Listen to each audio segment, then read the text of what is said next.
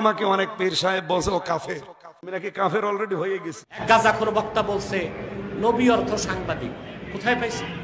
আল্লাহ তার হাবিবের সামনে কথা বলার ক্ষেত্রে কি রকম শব্দ চয়ন করতে হয় এই জ্ঞান যার নাই, ওই রকম নরধম জাহান্নামের কীট ওয়াচ করার যোগ্যতা রাখে না। তাদের উদ্বুদ্ধ করার জন্য এটা বলেছি, পরে আমি সরিও বলেছি যদি ভুল হয় সংবাদ সব। এরপর কুষ্টিয়ার এক পাগলা বলছে নবী মোহাম্মদ সাল্লাল্লাহু আলাইহি সাল্লামের তার বার্তাবাহক সাংবাদিক ছিলেন, আর আপনারা সাংবাদিক, আপনাদের মর্যাদা একটু বেশি। জামাত ইসলাম আর কোন লোক পায়নি ওই পাগলাকে ছাড়া।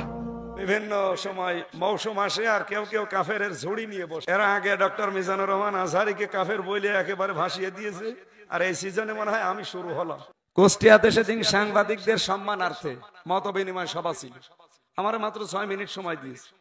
তাদের যে দায়িত্ব কর্তব্য, তাদের যে মর্যাদা, আমরা শুনি যে সাংবাদিকতা এটা মহান পেশা। সাংবাদিককে মানুষ এমনি পেশা বলে না, কি বলে? বলে মহান পেশা। যে মহান পেশার দায়িত্ব কি এটা বোঝাতে হবে না?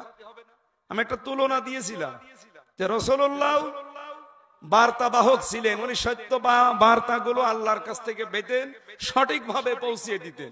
এমনকি বিদায় হজের ভাষণে তিনি বলেছিলেন, আমি কি সঠিকভাবে তোমাদের কাছে আল্লাহর বাণী পৌঁছাতে পেরেছি?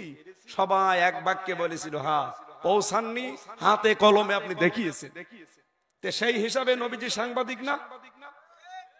আমরা আদর্শ নেতা হতে হলে রসুল ছাড়া অন্য কাউকে মানলে আদর্শ নেতা পাবেন।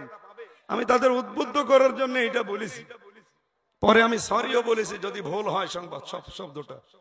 এরপরও আমাকে অনেক পীর সাহেব বলছে ও কাফের, আমি নাকি কাফের অলরেডি হয়ে গেছি।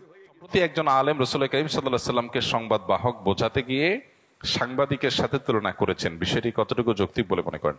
প্রথম কথা হলো যে নবী করিম সাল্লাল্লাহু আলাইহি সাল্লামের শানে, আল্লাহর শানে, দ্বীনের এ জাতীয় কোর ইস্যুগুলোতে কথা বলতে আমাদের অনেক ভেবেচিন্তে কথা বলতে হবে, অনেক দায়িত্বশীলতার পরিচয় দিতে হবে। নবী করিম সাল্লাল্লাহু আলাইহি সাল্লামকে সাংবাদিক এটা কোনোভাবে বলা যায় না। তিনি সংবাদ ওহির বাহক ছিলেন, ওহির বার্তা পৌঁছে দিয়েছেন আমাদের কাছে। তিনি রাসূলুন আমিন, তিনি নবী আল উম্মি। তাকে আল্লাহ তাআলা যে সমস্ত উপাধিতে ভূষিত করেছেন, আমরা সেই উপাধিগুলো তাকে দেব। এর বাইরে আমরা নিজেরা কোনো উপাধি যদি দেই যে উপাধিটা তার শানকে ছোট করে, তাহলে সেটা তার শানের খেলাফ, তার শানের সাথে যায় না। মানুষ হিসাবে এরকম স্লিপ অফ টাং বা মানুষ হিসাবে এরকম বলার ভুল যদি আমাদের হয়, সাথে সাথে আমাদের সেটা স্বীকার করে ইস্তিগফার করা দরকার। আমাদের কেউই আমরা ভুলের ঊর্ধ্বে না, আমাদের সবারই কম বেশি ভুল হয়। ভুল হলে সেটা কারেকশন করা উচিত এবং ভুলের রেশিও কমিয়ে আনার জন্য আমাদের খুবই দায়িত্বশীলতা এবং খুবই সচেতনতার সাথে দাওয়া পেশ করা উচিত। আল্লাহ আমাদেরকে তৌফিক দান করুন।